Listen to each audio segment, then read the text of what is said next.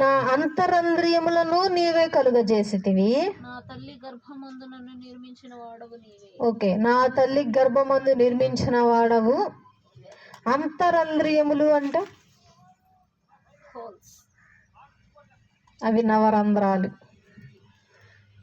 అంతరంద్రియములు అనంటే లోపల బయట మొత్తాన్ని చేసింది నీవే.